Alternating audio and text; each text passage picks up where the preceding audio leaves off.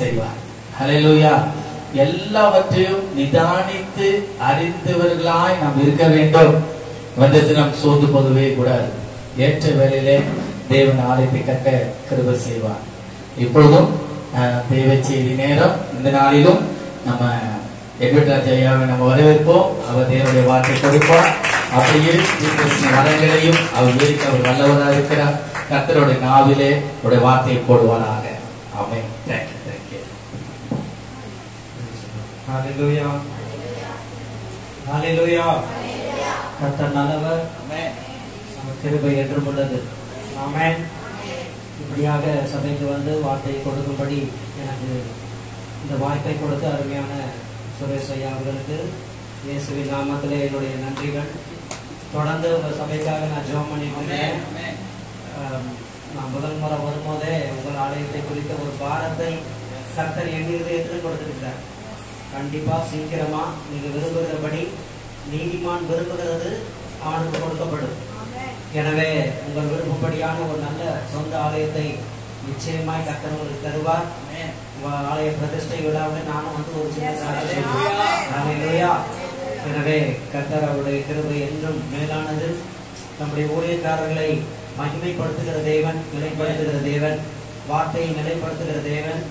இப்பொழுது வாசித்த எசேக்கியேலை குறித்து அதை குறித்த ஒரு விளக்கம் கொடுக்க வேண்டுமானால் அதற்கு ஒரு தனி செய்தியே கொடுக்கணும். அது ஒரு சாதாரண விஷயம் அல்ல. தீர்க்க தரிசன புஸ்தகம் மிகப்பெரிய. ஆனால் கர்த்தர் இன்றைக்கு உங்களுக்கு கொடுக்கும்படி ஒரு வார்த்தை எனக்கு கொடுத்திருக்கிறார். அதற்கு முன்பாக இந்த சபையில எனக்கு 2 விஷயம் ரொம்ப பிடிச்சிருக்குது. நான் எத்தனையோ சபைகளுக்கு பிரசங்கம் பண்ண போயிருக்கிறேன். அவருடைய வார்த்தைகளை கொடுத்திருக்கிறேன். இந்த குடும்பமா ஜெபிக்கிறீங்க பார்த்தீங்களா, எனக்கு ரொம்ப பிடிக்கும்.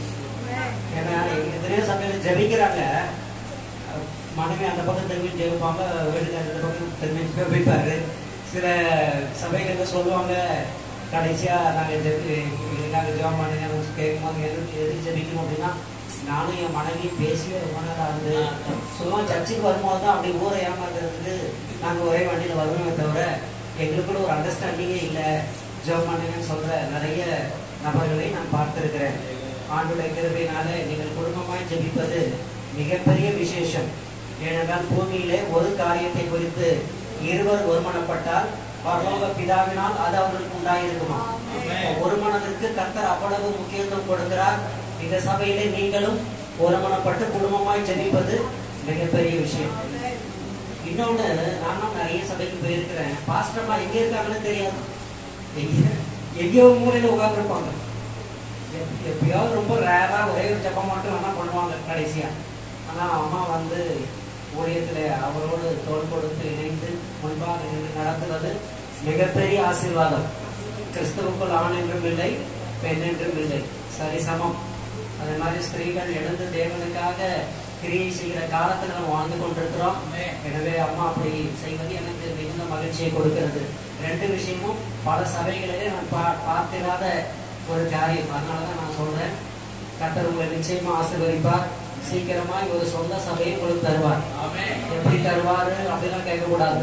அவர் தர்றது அவரு உங்க கையில இருக்க பணத்தை வச்சு அவர் கொடுப்பதல்ல. தேவன் தம்முடைய ஐஸ்வர்யத்தின்படி உங்கள் குறைவுகளை கிறிஸ்து உங்கள் மகிமையில நிறைவாக்குவார். உங்க பாக்கெட்ல இருக்கிற பணத்தை வச்சு கால்குலேட் பண்ணினா அது முடியவே முடியாது. எந்த விஷயமும் முடியாது. தேவன் அவருடைய ஐஸ்வர்யம். உங்க பாக்கெட்ல எவ்வளவு இருக்கும்? 5000 இருக்குமா? உங்க பேங்க்ல 10,000 இருக்குமா? சரி 10 லட்சம் இருக்குமா? முடியுமா? முடியாது. அவருடைய ஐஸ்வர்யம். தேவனுடைய பேங்க் பேலன்ஸ் உங்களுக்கு தெரியுமா?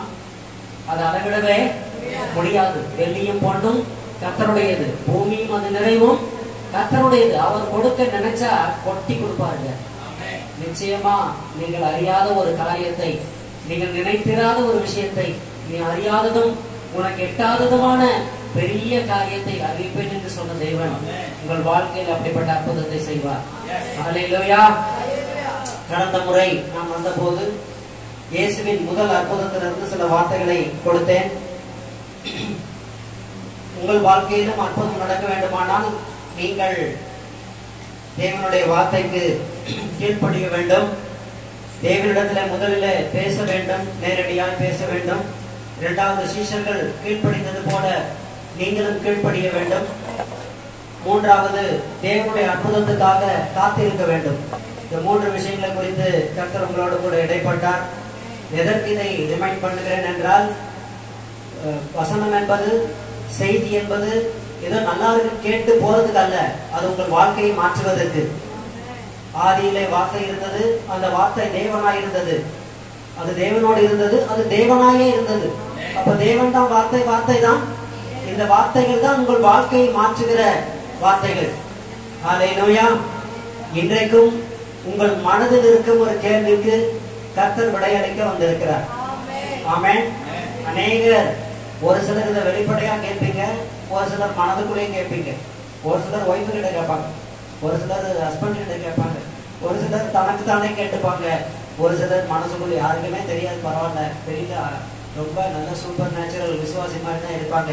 மனதிற்குள் இந்த கேள்வி எழும். இது அநேகருடைய உள்ளத்துல எழுப்புகிற ஒரு பாரத்திற்கான விடையை கர்த்தர் இன்றைக்கு உங்களுக்கு கொடுக்க வந்திருக்கிறார். எடுத்துக்கொள்ளுங்கள். நியாயாதிபதிகள் 6வது அதிகாரம்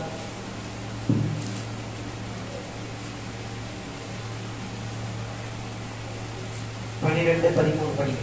நியாயாதிபதிகள் 6:12-13.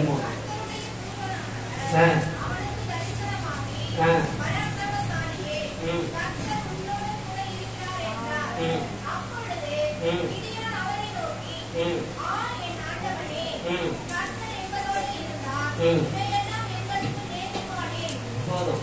கர்த்தர் எங்களோடு இருந்தால் இவையெல்லாம் எங்களுக்கு நேரிடுவானேன். அநேகருடைய உள்ளத்திலே இன்றைக்கு எழுகிற ஒரு கேள்வி, கர்த்தர் என் கூட இருந்தா, கர்த்தர் என்னோடு இருந்தா எனக்கு ஏன் இந்த பிரச்சனை? கிதியோன் என்ன கேட்டான்னா, மீதியானியர்கள் வந்து தேசத்தையே சூறையாடி விட்டார்கள், மிகுந்த மன வருத்தத்தையும் சஞ்சலத்தையும் அவங்க கொடுக்குறாங்க. அடிக்கடி வந்து இந்த அதிகாரம் முழுவதும் நீங்க வீட்டுல போய் வாசிங்க.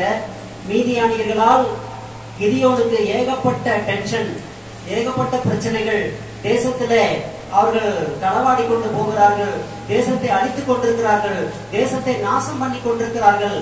மிக மனம் மடிந்தவனாய் அந்த கோதுமையை போரடிப்பதற்காக சோர்ந்து போய் தளர்ந்து போய் அநேக தேசத்தை விட்டே போயிட்டாங்க. இவன் வேண்டா வெறுப்பா ஏன் வாழ்கிறோம் என்கிற ஒரு சூழ்நிலைக்கு வந்து விட்டான். இப்பொழுது கோதுமையை போரடித்துக் கொண்டிருக்கிறான்.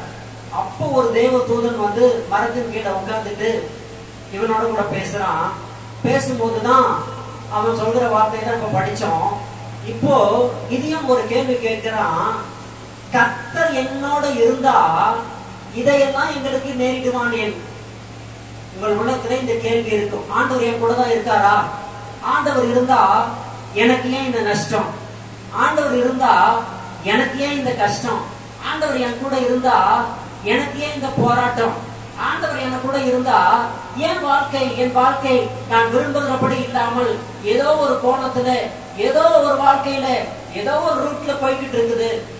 நான் விரும்புகிற, நான் பிளான் பண்ணுகிற, நான் திட்டமிடுகிற ஒரு ஆங்கிள் வாழ்க்கை போகாமல் எப்படியோ போய் கொண்டிருக்கிறது என்று அநேகர் சிந்திக்கிறீர்கள்.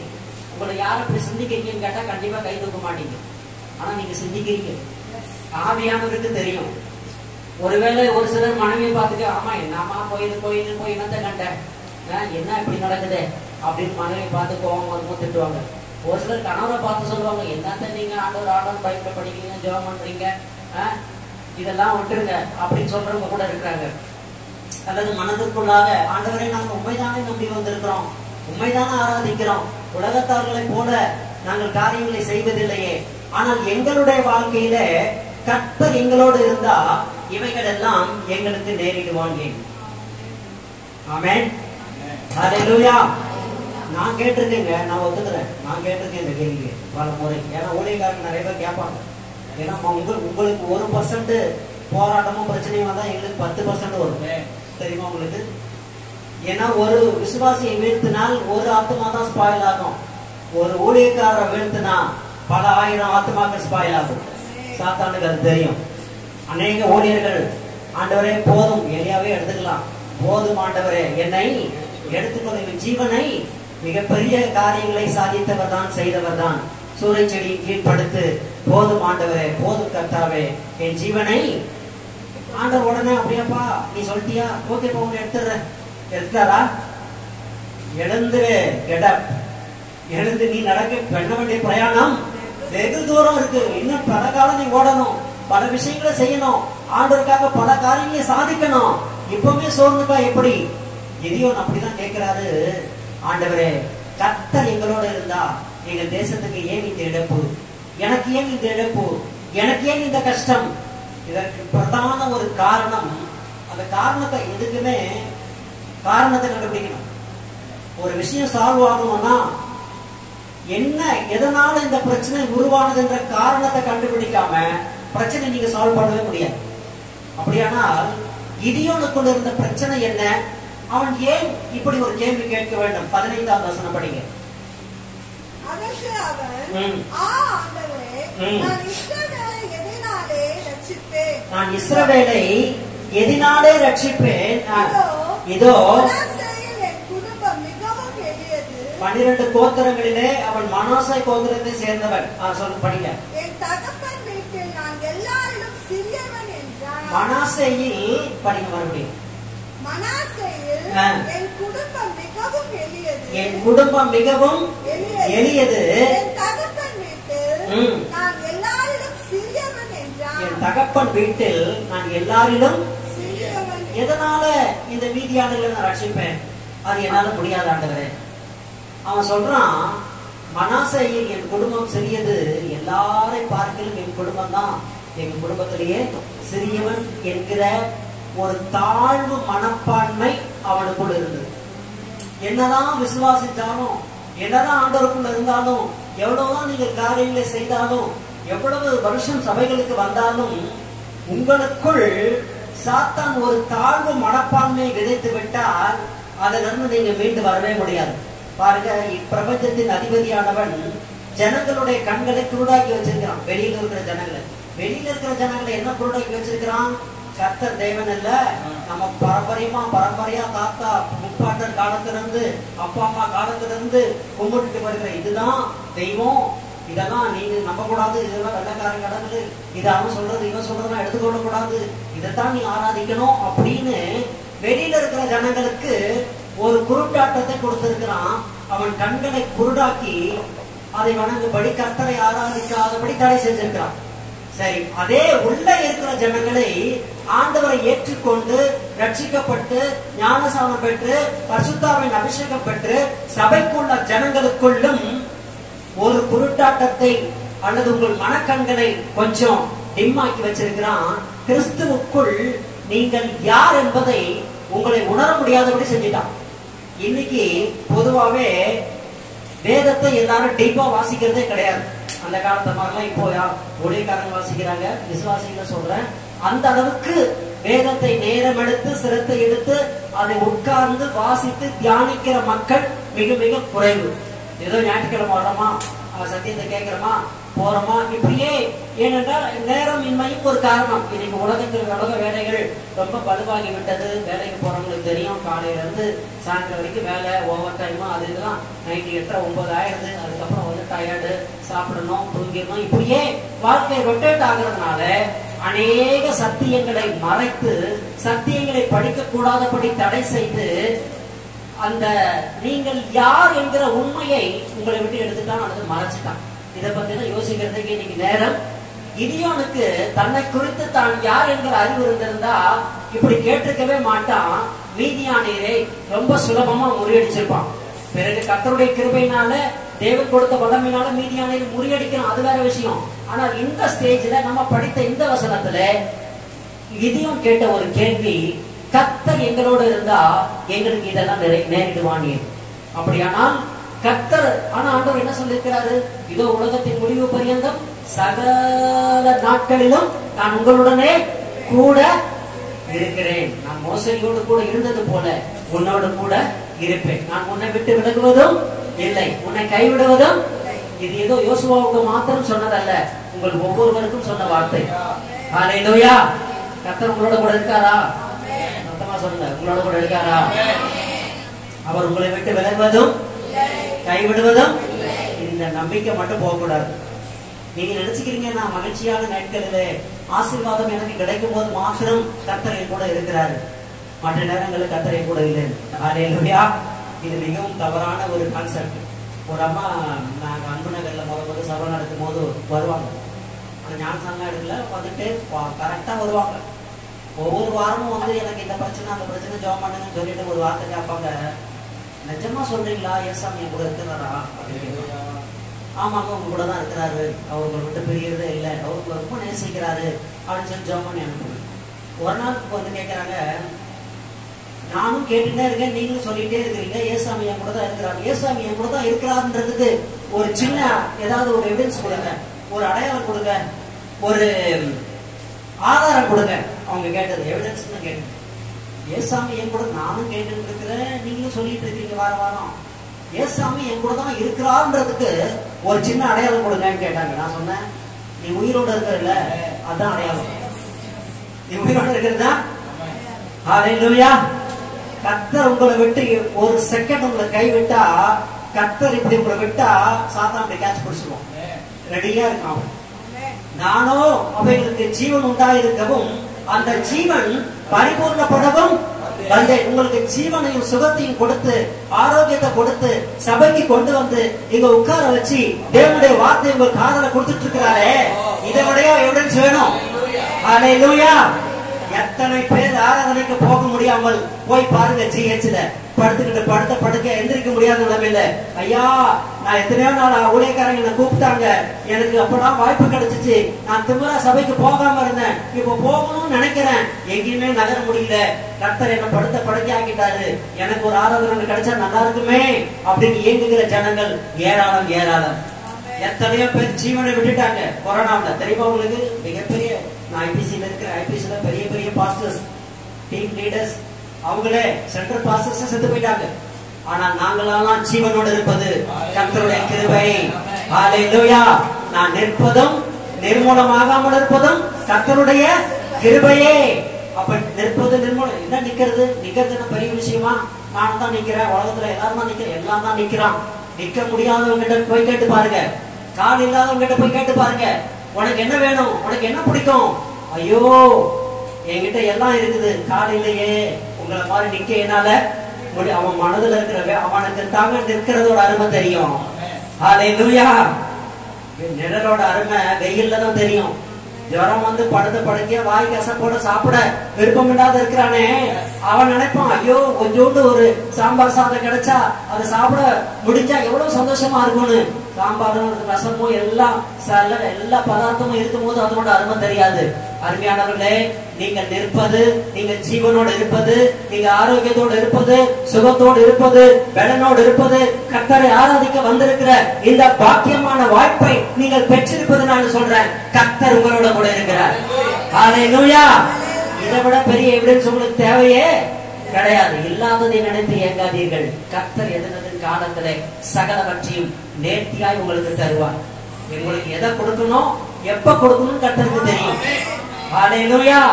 சின்ன பிள்ளை 5 வயசு குழந்தைய நம்பி 1 லட்சம் ரூபாய் கொடுப்பீங்களா? நீங்க கொடுக்க மாட்டோம். வேணா ஒரு 5 ரூபாய் 10 ரூபாய் பாக்கெட் மணி கொடுப்போம் ஸ்கூலுக்கு போற பிள்ளைங்களுக்கு.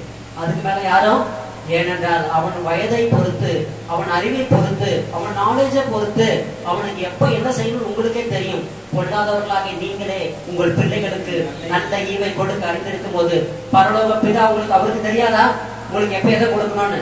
ஹல்லேலூயா. அப்படியானால் கிதியோன் கேட்ட கேள்விக்கு அவனுக்குள் இருந்த தாழ்வு மனப்பான்மை தான் காரணம். அது நீங்கிடுச்சுன்னா நீங்க எப்படிப்பட்ட கேள்வி ஒருபோதும் கேட்கவே. அதற்கு முதலாவது நாம் யார் என்கிற வேதம் நம்மை குறித்து, நம்மை யார் என்று வேதம் சொல்ல வேண்டும். இப்போ இதே மறுபடியும் அதே 12 படிங்க. 6:12 நியாயாதிபதிகள்.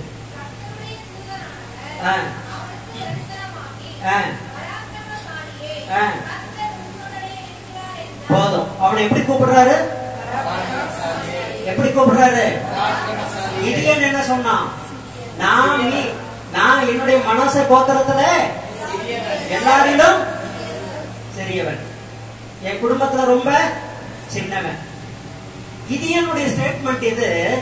கர்த்தருடைய ஸ்டேட்மெண்ட், நீ பராக்கிரமசாலி. ஆமென். நம்ம எப்பவுமே நமக்குள்ள இருக்கிற வீக்னஸ், நமக்குள்ள இருக்கிற தாழ்வுகள், நமக்குள்ள இருக்கிற குறைவுகளே நம்ம பார்த்து பழகிட்டோம். கர்த்தர் அப்படி பார்க்கறதே. கர்த்தர் உங்களை பார்த்து, அல்லது கிதியோனை பார்த்து எப்படி கூப்பிடுறாரு, நீ பராக்கிரமசாலி. ஹல்லேலூயா. உங்களை குறித்து நீங்கள் ஒரு தவறான பிக்சரை, ஒரு தாழ்வு மனப்பான்மையோடு வாழ்வீர்களானால் இன்றைக்கு கர்த்தர் உங்களோடு கூட இடைப்பட்டு கொண்டிருக்கிறார். உங்களுடைய தாழ்வு மனப்பான்மையிலிருந்து இன்றைக்கு வெளியில வாருங்கள். உங்கள் பார்வைக்கு நீங்கள் குறைவுள்ளவர்களாய், சிறியவர்களாய், அற்பர்களாய், மற்றவர்களோடு கம்பேர் பண்ணி அதை விட நான் இந்த விஷயத்துல கம்மியா இருக்கிறேன்னு சொல்லி ஒரு ஏக்கத்தோடு ஒரு கவலையோடு இருப்பீர்களானால் உங்களை நீங்கள் பார்க்கிற வண்ணம் பரலோகம் பார்ப்பது இல்லை. ஹல்லேலூயா. உங்களை குறித்து நீங்கள் வைத்திருக்கிற ஒப்பீனியனை அல்லது கருத்தை பரலோகம் ஏற்றுக்கொள்வதும் இல்லை. ஹல்லேலூயா. எனக்கு வேணா நான் குறைவுள்ளவனா இருக்கலாம், நான் தாழ்மையுள்ளவனா இருக்கலாம், பரலோகம் என்னை பராக்கிரமசாலியாக பார்க்கிறது. ஹல்லேலூயா.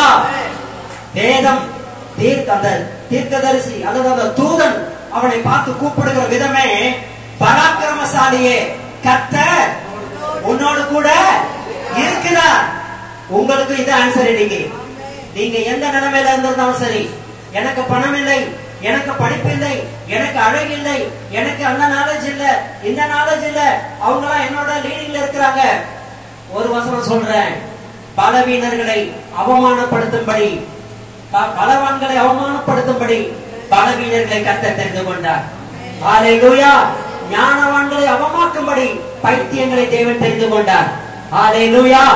தேவனுடைய பிள்ளைகளே, ரட்சிக்கப்பட்ட ஜனமே, உங்களுக்கு ஒப்பானவன் இந்த உலகத்துல யாருமே கிடையாது. அது தெரியுமா உங்களுக்கு? ஹல்லேலூயா. எனக்கு அது இல்லை, இது இல்லை, அதுல குறைவு, என்னை விட அவனுக்கு நாலேஜ் இருக்கு, என்னை விட இவன் டியூட்டில ஸ்மார்ட்டா இருக்கிறான், இவன் இப்படி இருக்கிறான், அப்படி இருக்கிறான்னு ஏதோ ஒரு காரணத்தை சொல்லி உங்களை நீங்களே தாழ்த்தி கொள்ள வேண்டிய அவசியம் இல்லை. ஆவிக்குரிய ரீதியாக வேதம் உங்களை குறித்து என்ன சொல்லுகிறது என்று சில வசனங்களை பார்க்கலாம். எடுத்துக்கொள்ளுங்கள். ஒரு வசனம் மத்தேயு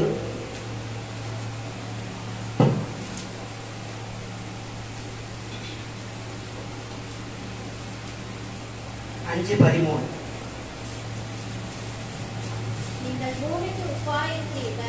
நீங்கள் பூமிக்கு எப்படி இருக்கீங்க?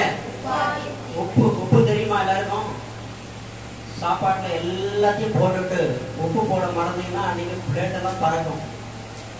நம்ம உனக்கு அறிவே கிடையாதா என்ன போடணுமோ? நீங்க எல்லாம் எவ்வளவு டேஸ்டா சாப்பாடு செஞ்சுட்டு உப்பு போடாம சாப்பிட்டு பாருங்க. உப்பு இல்லா பண்டம் பழமொழி தெரியாதா? உப்பு இல்லா பண்டம் எங்க போடணும்? அதை நான் கொஞ்ச நாளைக்கு முன்னாடி எங்க வீட்டு பக்கத்துல ஒரு பிரியாணி பெரிய ஃபங்க்ஷன், நான் சும்மா பிரியாணி நின்றுட்டு இருந்தேன். பக்கத்துலேயே பிரியாணி செய்யறாங்க, எனக்கு தெரியாது. பார்க்குறேன், ஒரு பெரிய அண்டா வச்சுட்டு சுற்றி வர ஏகப்பட்ட பொருட்கள் அப்படியே ஓபன் பண்ணி பேக்கெட்லாம் பிரிச்சு அப்படி இப்படி வச்சிருக்கிறாங்க. அடேங்கப்பா, பிரியாணிக்கு இவ்வளவு விஷயம் தேவையா? நம்ம ஒரு நிமிஷத்துக்கு சாப்பிட்டு நல்லா இருக்கு நல்லா இல்லைன்னு பண்ணிட்டு வந்துடுறோம், சொல்லிட்டு வந்துடுறோம். அப்பதான் நினைச்சேன், இவ்வளவு போட்டுட்டு உப்பு மட்டும் போடாட்டி அவன் எத்தனை பொருளை போட்டான், எவ்வளவு காஸ்ட்லி, எவ்வளவு விலை உயர்ந்த பொருட்கள்லாம் அதுல சேர்ந்திருந்தாலும் சரி, எவ்வளவு ரிச்சான ரைஸை வாங்கி அதுல சமைச்சிருந்தாலும் சரி, இருக்கிறதுலே விலை குறைவான பொருள் எது? உப்பு. அதை மட்டும் அதுவும் அது நிறைய எல்லாம் போட வேணும். அரிசி போடுறாங்க, உப்பு போடுறாங்க கிடையாது. கொஞ்சம் ஒரு 100 பேருக்கு பிரியாணி செஞ்சாலே எனக்கு தெரிஞ்சு ஒரு பாக்கெட் சாப்பிட்டு போகுதுன்னு நினைக்கிறேன். அவ்வளவு தான் போடுறாங்க.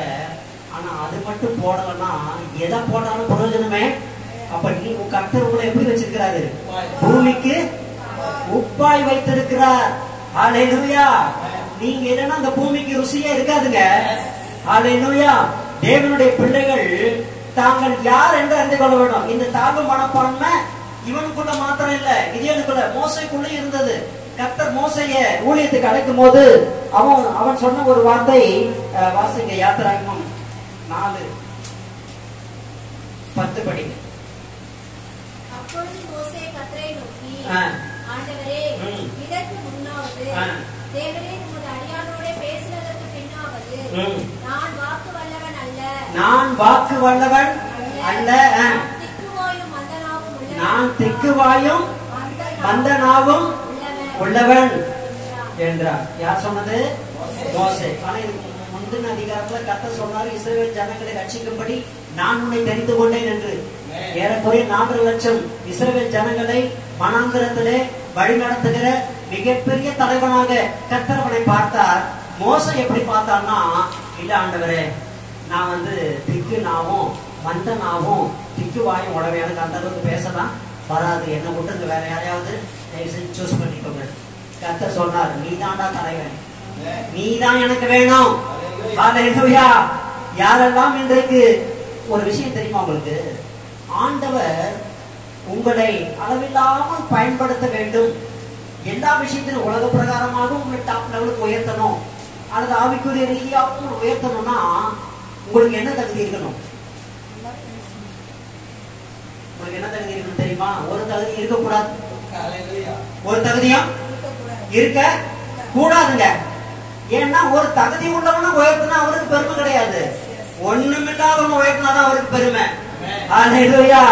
மோசே சொல்றான், நான் மந்த நாவு திக்கு நாவு ஆண்டவரே, மந்த வாய் உடையவன், எனக்கு பேச்சு வராது, நான் வாக்கு வல்லவன் அல்ல, என்னை விட டேலண்டா பேசுறவங்க 1000 பேர் இருக்காங்க, யூஸ் பண்ணுங்க, எனக்கு அதெல்லாம் தேவையில்லை, நீ தாண்டா வேணும். ஒன்னதான் நான் வச்சு இந்த இஸ்ரவேல் ஜனங்களை வழி நடத்தணும், ஒன்னதான் நான் உயர்த்தணும், நீ தான் தலைவனாக வேண்டும். கர்த்தர் ஒருத்தனை சூஸ் பண்ணா பண்ணதுதாங்க.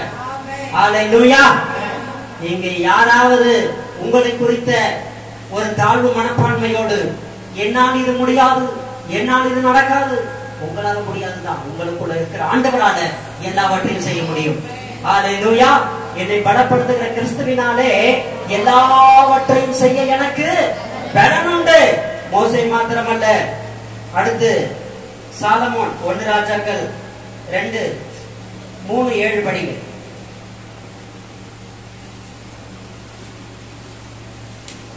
இப்போதும் என் தேவனாகிய கர்த்தாவே, தேவனே, உமது அடியேனை என் தகப்பனாகிய தாவீது ஸ்தானத்திலே ராஜாவாக்கினீரே. நானோ என்றால் போக்குவரத்து அறியாத சிறு பிள்ளையாயிருக்கிறேன். நான் போக்குவரத்து அறியாத சிறு பிள்ளை. யார் சொல்றது? சாலமோன். யார் தெரியுமா சாலமோன்? உலகத்திலேயே சாலமோன போற ஒரு செல்வந்த, ஒரு ஐஸ்வர்யவான், ஒரு கோடீஸ்வரன், ஒரு மகா பெரிய பணக்காரன் இதற்கு முன் இருந்ததும் கிடையாது, இப்பவும் கிடையாது. இன்னைக்கு யாரோ பில் கேட்ஸ் அப்படி அப்படின்றாங்க உலக பணக்காரன், அவனா சாலமோனுக்கு முன்னாடி நிற்க கூட தகுதி இல்லாதவன். ஆண்டவரே சொல்லிட்டாரு, உன்னை போல ஒரு ஐஸ்வர்யவான் இதற்கு முன்பாகவும் இருந்ததில்லை, இதற்கு பின்னும் சாலமோனுடைய நாட்களிலே வெள்ளி ஒரு பொருட்டாகவே எண்ணப்படலையாம். தங்கம் வெள்ளியில குப்பை மாதிரி குமிச்சு வச்சிருந்தாங்க. ஹல்லேலூயா. இதை சொன்னது சாலமோன் என்ன சொல்றான்? ஆண்டவரே, நான் ஒரு சாலமோன் தன்னை குறித்த ஸ்டேட்மெண்ட் இது. நான் ஒரு சிறு பிள்ளை, போக்குவரத்து அறியாத ஒரு சிறு பிள்ளைய உலக பணக்காரர்களையே உச்சி நிலைமைக்கு கர்த்தர் கொண்டு போனாரா இல்லையா? ஹல்லேலூயா.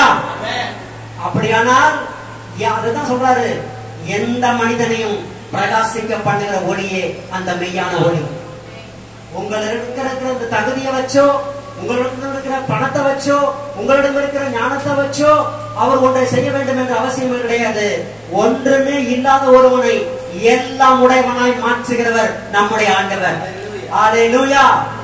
அதனாலதான் நீங்கள் யார் என்கிற ஞானத்தை உங்களை விட்டு மறைச்சிட்டான். உங்க கண்ணை விட்டு மறைச்சிட்டா எப்பவுமே நம்முடைய ஆண்டவரே, நான் ஒரு புழு, நான் ஒரு குப்பை, நான் ஒரு தூசி. ஆமென். இவ்வளவுதான் ஜெபம். தேவனுக்கு முன்பாக நீங்கள் உங்களை தாழ்த்தலாம், உலகத்திற்கு முன்பாக உங்களை தாழ்த்த வேண்டிய அவசியம் கிடையாது. உலகத்திலே கர்த்தர் எல்லாரை பார்க்கிலும் உங்களை மேன்மையாக வைப்பேன் என்று சொல்லியிருக்கிறார். ஹல்லேலூயா. இப்பதான் படித்தோம் மத்தேயுல முதலாவது, நீங்கள் உலகத்துக்கு உப்பாய் இருக்கிறீர்கள். அதே மத்தேயு 5:14 படிங்க. 14. நீங்கள் உலகத்துக்கு இரண்டாவது எப்படி இருக்கிறீங்க? வெளிச்சமா இருக்கிறீங்க. சொல்லுங்க, உலகத்துக்கு என்னவா இருக்கிறீங்க? வெளிச்சம். தெரியுமா? இருட்டுல போயிட்டு வரோம் வீட்டுக்கு, வந்த உடனே வீட்டுல சுவிட்சை தான் தேடுவோம். எங்கடா ரொம்ப டயர்டா வரோம்னு வச்சுக்கோங்களேன், சுவிட்சு போடுறீங்க, லைட் எரியல, ரொம்ப அப்செட் ஆயிருவீங்க, ஏன்னா கரண்ட் இல்லைன்னு வச்சுக்கலாம். ஐயோ, அப்பதான் உங்களுடைய அந்த வெளிச்சத்தோட அருமை அப்பதான் நமக்கு புரியும். நீங்கள் உலகத்துக்கு எப்படி இருக்கீங்க? வெளிச்சங்க. நீங்க எவ்வளவுதான் உங்களை விட உங்க உங்க பாஸ் எடுத்துக்கலாம், உங்க ஓனர் எடுத்துக்கலாம், அல்லது உங்களை ஹவுஸ் ஓனர் எடுத்துக்கலாம், அல்லது யாரை எடுத்துக்கலாம். உங்களை விட மேலான உலகத்திலே உங்களை விட மேலான ஒரு நிலைமையில இருக்கிறவங்க அவங்க ரட்சிக்கப்படாதவங்களா இருந்தா உங்களை விட அவங்க மேலானவங்க கிடையவே கிடையாது. ஏனென்றால் உங்களுக்குள் இருக்கிற வெளிச்சம் அவர்களுக்குள் இல்லை. அல்லேலூயா. இந்த உலகத்துல வேணா பணக்காரர்களும் அரசியல்வாதிகளும் பல பலம் படைத்த நபர்கள் பெரிய ஆளா இருக்கலாம், காண்பித்துக் கொள்ளலாம், பல காரில் போகலாம் வரலாம், அவங்க பெரிய ஆள் மாதிரி ஜாடை காட்டலாம். ஆனால் அந்த ஆசீர்வாதங்கள், அந்த உயர்வுகள் உண்மையான உயர்வு அல்ல. ஒரு ரட்சிக்கப்பட்ட தேவனுடைய பிள்ளைகளுடைய மனதில் இருக்கிற வெளிச்சம், ஞானம், அறிவு ரட்சிக்கப்படாத எவ்வளவு பெரிய மனிதனுக்குள்ளும் இருக்க வாய்ப்பே கிடையாது. அல்லேலூயா. இந்த வெளிச்சம் ரட்சிக்கப்பட்டவங்களுக்குள்ள மட்டும்தான் இருக்கும். அல்லேலூயா. ரட்சிக்கப்பட்ட ஒவ்வொரு தேவனுடைய பிள்ளையும் உங்களை பார்த்து பிசாசு நடுங்குறான். இது தெரியாம நீங்க அவனை பார்த்து நடுங்கிட்டு இருக்கிறீங்க. இந்த ஞானம் உங்களுக்குள்ள இருந்தா பிசாசு உங்களை ஒன்றுமே செய்ய முடியாது. நிறைய விசுவாசிக்கு சாட்சி சொல்லுவாங்க, ஐயோ போன வாரம் சனிக்கிழமை அமாவாசை வந்துருச்சு, சாத்தாயம் அதை பண்ணோம், இதை நம்மளே ஒரு பில்டப் பண்ணிட்டோம். சாத்தானுக்கு பவரு, அமாவாசைனா அவனுக்கு பவரு, பௌர்ணமி ஆனா அவனுக்கு பவரு, ஆடினா அவனுக்கு பவரு. எந்த ஆடியா இருந்தாலும் எதுவா இருந்தாலும் அவனுக்கு எந்த பவரும் கிடையாது. இயேசு சாத்தானுடைய தலையை சிலுவையில நசுக்கி விட்டார். அல்லேலூயா. அந்த இயேசு உங்களுக்குள் இருப்பதனால நீங்களும் சாத்தானுடைய தலையை நசுக்கலாம். சாத்தானால உங்களுக்கு ஒரு பிரச்சனையும் போராட்டமும் வர வாய்ப்பே கிடையாது. அல்லேலூயா. உலகத்தில் இருப்பவனிலும் உங்களுக்குள் இருப்பவர் பெரியவர். நீ உங்களுக்குள்ளாக கர்த்தர் வைத்திருக்கிற வெளிச்சம் மகா பெரியது. அது இந்த உலகத்திற்கு வெளிச்சத்தை கொடுக்கலாம். கர்த்தர் உங்களுக்குள் அந்த வெளிச்சத்தை வைச்சிருக்கிறார். அல்லேலூயா. ஒவ்வொரு விசுவாசியும் ஒரு ஊழியரே என்கிற ஸ்தானத்துல நீங்க இருந்து பார்க்கணும். எல்லாம் ஐயா பார்த்துப்பாரு, எல்லாமா பார்த்துப்பாங்க, எல்லாம் அவங்க வேலை, எனக்கு ஒண்ணும் கிடையாது நீங்க நினைக்காதீங்க. எங்களுக்குள்ள இருக்கிற ஆண்டவர் தான் உங்களுக்குள்ள இருக்கிறாரு. அல்லேலூயா. வெளிச்சம் என்றால் ஒரு டார்ச் லைட் இருக்குது, இருட்டில் எடுத்துட்டு போறீங்க, அதை ஆன் பண்ணாதான் அது என்ன ஆகும், உங்களுக்கு வெளிச்சத்தை கொடுக்கும். அல்லது உங்களோட கூட வர்றவங்களுக்கு அது வெளிச்சத்தை கொடுக்கும். அது போல ஆண்டவரை பற்றி உங்களுக்கு தெரிந்த வார்த்தைகளை வெளிச்சம், நீங்கள் பிறருக்கு வெளிச்சம் கொடுப்பதற்காகத்தான் இந்த வெளிச்சம். உங்கள் வெளிச்சம் இந்த உலகத்தாருக்கு முன்பாக பிரகாசிக்க கடவுது என்று கர்த்தர் சொல்லி இருக்கிறார். நீங்க வேலை செய்ய இடமா இருக்கட்டும், வீட்டிலேயா இருக்கட்டும், அக்கம் பக்கத்திலேயா இருக்கட்டும், எங்கேயா இருக்கட்டும், நீங்க ஏதாவது அவர்களுக்கு சத்தியத்தை சொல்லி எப்படியாவது அவனுடைய வார்த்தையை அவர்களுக்கு கேட்கும்படி சபைக்கு காசு கொடுத்தாவது ஆட்டோ வச்சு ஆட்டோக்கு ஃபேர் கொடுத்தாவது கூப்பிட்டுவாங்க, தப்பு கிடையாது. நீங்க செய்கிற ஒவ்வொரு முயற்சியும், அதுக்காக செலவிடுகிற ஒவ்வொரு பணமும் கர்த்தருக்கு பல மடங்கு உங்களுக்கு திரும்ப தருவார். அது மாத்திரமல்ல, நீங்கள் வெளிச்சத்தை பிரகாசிக்கிறவர்களாய் மாற வேண்டும். எனக்கு மாத்திரம் வெளிச்சம் கிடைச்சா பத்தாது, அப்படியே நான் இருந்துடக்கூடாது. அதுக்குதான் கர்த்தர் உங்களுக்காக உங்களை வெளிச்சமாக இந்த உலகத்துல ஏதாவது ஒரு விதத்துல, உங்க வீட்டுல ஒரு பர்த்டே நடத்துறீங்களா, ஒரு ஃபங்க்ஷன் நடத்துறீங்களா, ஒரு ஜெப கூட்டம் வைக்கிறீங்களா, விசுவாசிகளே ஜெபம் பண்ணிட்டு இருக்காங்க, ஒரே ஒரு ஆத்மாவையாவது வருந்தி அழைச்சி எப்படியாவது இன்வைட் பண்ணி கூப்பிட்டு ஃப்ரெண்ட்ஷிப்பா பேசி எதையாவது சொல்லி கூட்டிட்டு வந்து கம்முன்னு ஒரு மூலையில உட்கார வச்சிருக்கோம். கட்டத்தை கத்த செய்வாங்க. அல்லேலூயா. நம்ம அப்படி செய்வோமானால் உங்களுக்கு இந்த சபைலாம் பத்தாது. சீக்கிரத்துல நீங்க பிரம்மாண்டமான சபை கட்டணும். அல்லேலூயா. கர்த்தர் சபையை கொடுக்க போறது உண்மை. அதுக்கு முன்னாடி இந்த சபையை நிரப்பணும். இந்த பாரம் ஒவ்வொரு ஆத்மாவுக்குள்ளும் வரணும். இது ஊழியக்காரோட வேலை, என் வேலை இல்லைன்னு கிடையாது, இது உங்க வேலை. சுவிசேஷத்தை அறிவிப்பது என்மேல் விழுந்த கடமை. அது எனக்கு கடனாக கொடுக்கப்பட்டிருக்கிறது.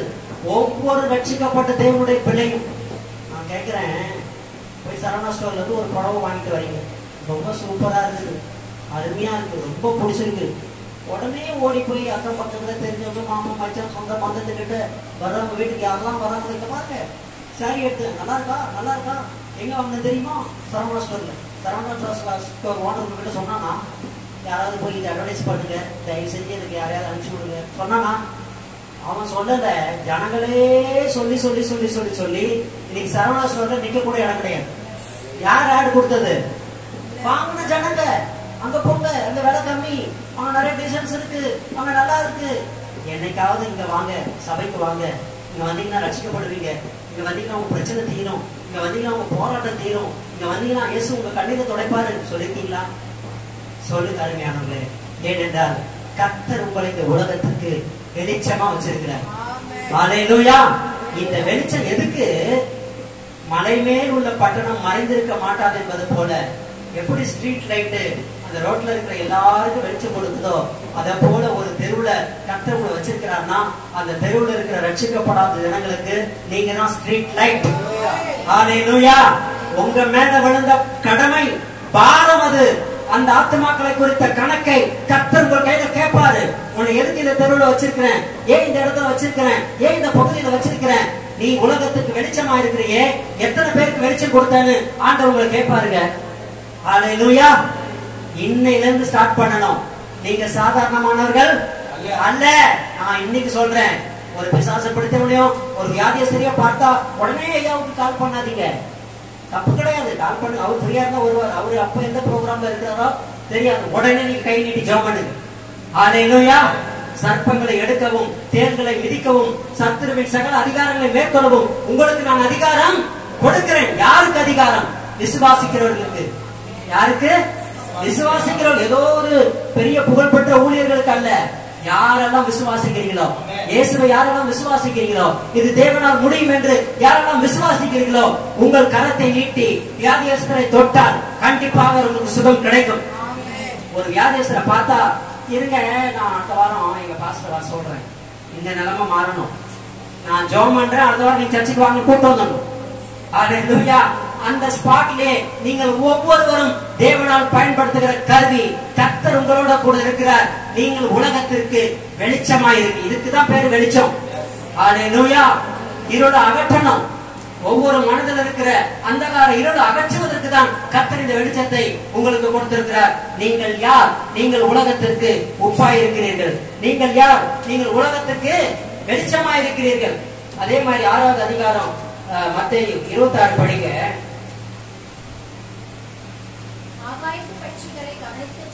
ஆகாயத்து பட்சிகளை கவனித்து பாருங்கள். அவைகள் விதைக்கிறதும் இல்லை, அறுக்கிறதும் இல்லை, களஞ்சியங்களில் சேர்க்கிறதும் இல்லை.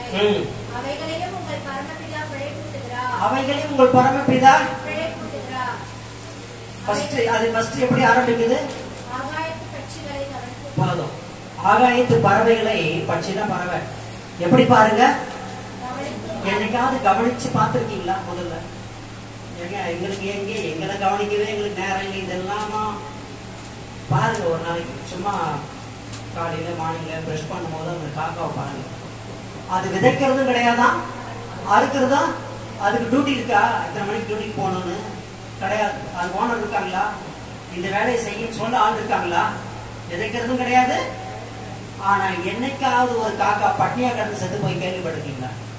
கரண்ட்ல அடிபட்டு சாகும், வண்டியில அடிபட்டு சாகும், அப்படி அதுக்கு மரணம் வரும். எந்த ஒரு பறவையும் எனக்கு சாப்பாடு இல்ல பட்னியா கடந்து செத்தது மனுஷன் மட்டும்தான். எந்த அனிமல்ஸோ பறவையோ அப்படி சாக்கவே அவைகளை யார் பிழைப்பூட்டுகிறது? பரமபிதா.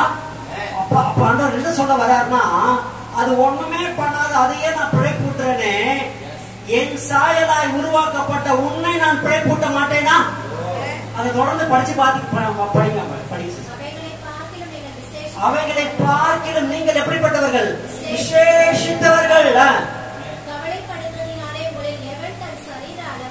ஆனா நம்ம தூங்கி எந்திரிச்சதுல இருந்து மறுபடியும் நைட்டு தூங்குற வரைக்கும் கவலை கவலை கவலை.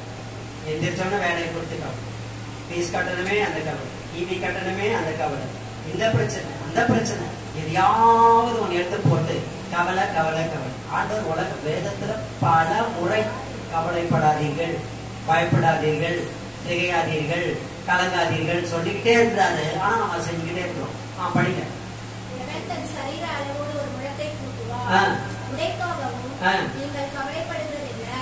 காட்டு புஷ்பங்கள் எப்படி வளருகிறதற்கு கவனித்து பாருங்கள். அவைகள் உழைக்கிறதும் இல்லை, நூற்கிறதும் இல்லை.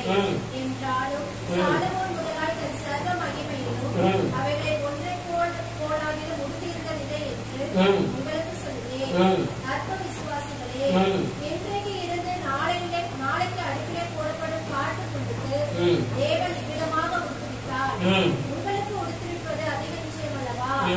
ஆகையால் இடத்தை உண்போம், இடத்தை குடிப்போம், இடத்தை உடுப்போம் என்று கவலைப்படாதீர்கள். இவைகளெல்லாம் அஞ்ஞானிகள் நாள் தேடுகிறார்கள். இவைகளெல்லாம் உங்களுக்கு வேண்டியவைகள் என்று உங்கள் பரமபிதா அறிந்திருக்கிறார். முதலாவது அவருடைய நீதியையும் தேடுங்கள். அப்பொழுது இவைகளெல்லாம் உங்களுக்கு கூட கொடுக்கப்படும். ஆண்டவர் என்ன சொல்ல வர்றாருன்னா, இதெல்லாம் வீட்டுல போய் மறுபடியும் படிங்க, ஹோம்ஒர்க் இதை படிச்சு பாருங்க. மற்ற 6 அதிகாரத்தை அவ்வளவு அழகா சொல்றாரு. இன்றைக்கு இருந்து நாளைக்கு அடுத்த தூக்கி போடுற சாதாரண புல்லுக்கே இவ்வளவு ஃப்ளவர்ஸ் எல்லாம் பாத்துக்கிறீங்கன்னா ஓடிக்கலாம் போனாமே அவ்வளவு டிசைனா கலர் கலரா ஆண்டவருடைய படைப்புகளை நீங்க பார்க்கலாம். உங்க வீட்லயே ஒரு பூத்தொட்டி இருந்தா பாருங்க, அந்த ஃப்ளவர்ஸ எவ்வளவு அழகா எவ்வளவு கலர்ஃபுல்லா கர்த்தர் கொடுத்திருக்கிறாரு.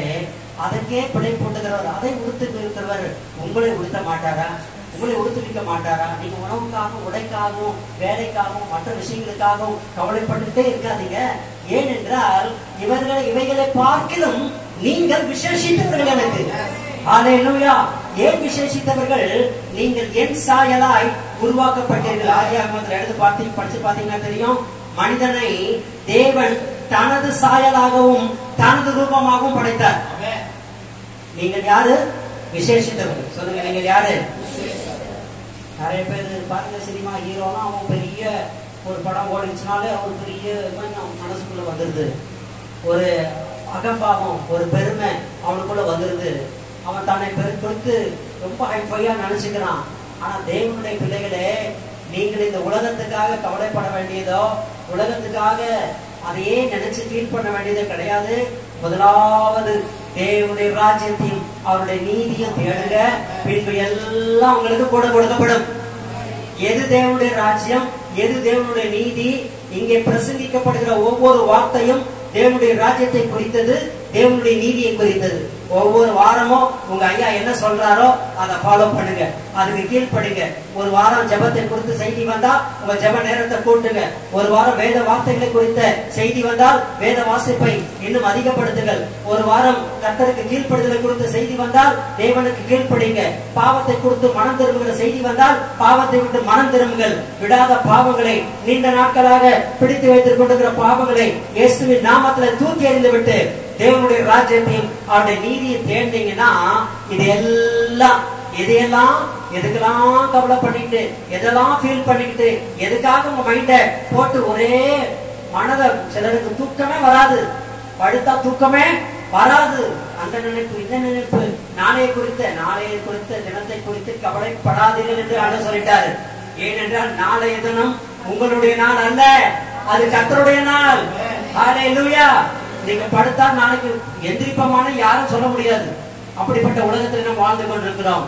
ஆனால் கர்த்தர் நம்மோடு கூட இருப்பதனால நாளைய தினத்தின் தேவைகளை கர்த்தர் பார்த்துக் கொள்வார். பாருங்க, ஆபிரகாம் தன்னுடைய ஒரே மகனை பலியிடுவதற்கு கூட்டிட்டு போறான். கர்த்தர் தான் அவனை பலியிட சொன்னார். அவனை சோதிச்சார். இருக்கிறது ஒரே மகன் ஈசாக்கு. பலியிடத்தை கூட்டிட்டு போறான். வேலைக்காரங்க கேட்கிறாங்க, ஐயா பலியிடுவதற்கு நம்ம கிட்ட விறகு இருக்குது, எல்லாம் இருக்குது, சுமக்கிறதுக்கு கலரெல்லாம் இருக்குது, எல்லாமே இருக்குது, ஆடு எங்கன்னு கேட்கிறான். பலியிடுவதற்கான ஆடு. அப்ப அவன் சொல்றான், கர்த்தர் பார்த்து கொள்வான். இவன் போறதே இருக்குதான், ஈசாக்க பலியிடதான். ஆனா உண்மை அதான உண்மை. இருக்கிறது ஈசாக்கு ஒருத்தன் தான், அவனை தான் பலியிடணும். அவனை தான் கூட்டிட்டு அந்த மோரியா மலையில ஏறி போய்கிட்டு இருக்கிறாரு. அப்ப ஈசாக்கும் கேட்கிறான், அப்பா தகன பலிக்கான ஆடு இங்க என்று. அவன் சொல்ற வார்த்தை, கர்த்தர் பார்த்துக் கொள்வார். யெகோவா ஈரே, அவருடைய பர்வதத்திலே பார்த்து கொள்ளப்படும். ஹல்லேலூயா. அப்படியானால் அவருடைய வார்த்தையின்படி, அவனுடைய விசுவாசத்தின்படி கர்த்தர் அவன் மகனை காப்பாத்தினாரா இல்லையா? ஹல்லேலூயா. அதுதாங்க. நீங்க நாளைய குறிச்சு நீங்களே கணக்கு போடாதீங்க. இப்படி ஆயிரும், சிலர் வாயை திறந்தாலே இப்படி ஆயிரும், அப்படி ஆயிரும், இது உருப்படாது, இது நடக்காது, இது கிடைக்காது, இப்படியே பேசாதீங்க. கர்த்தர் உங்களுக்கு ஆன்சர் தெரியலையா, நாளைக்கு இது எப்படி நடக்கும் தெரியலையா, இந்த ஆன்சரை சொல்லுங்க, கர்த்தர் பார்த்துக் கொள்வார்.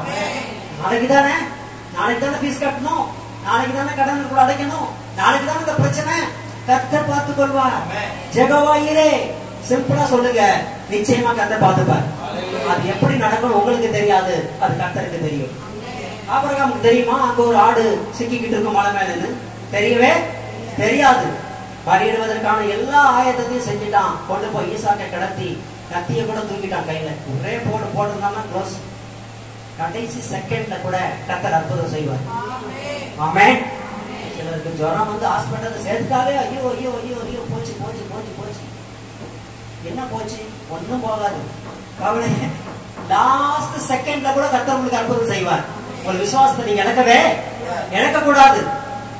காணியோல வென்றால் அந்த பத்திரத்துக்கு கையெழுத்திடப்பட்டது என்று தெரிந்திருந்தோம் தான் எப்போதும் செய்து வந்தபடி 3 நேரமும் எருசலேமை நோக்கி பலகணிகளை திறந்து தேவனை நோக்கி ஜெபம் பண்ணினான்.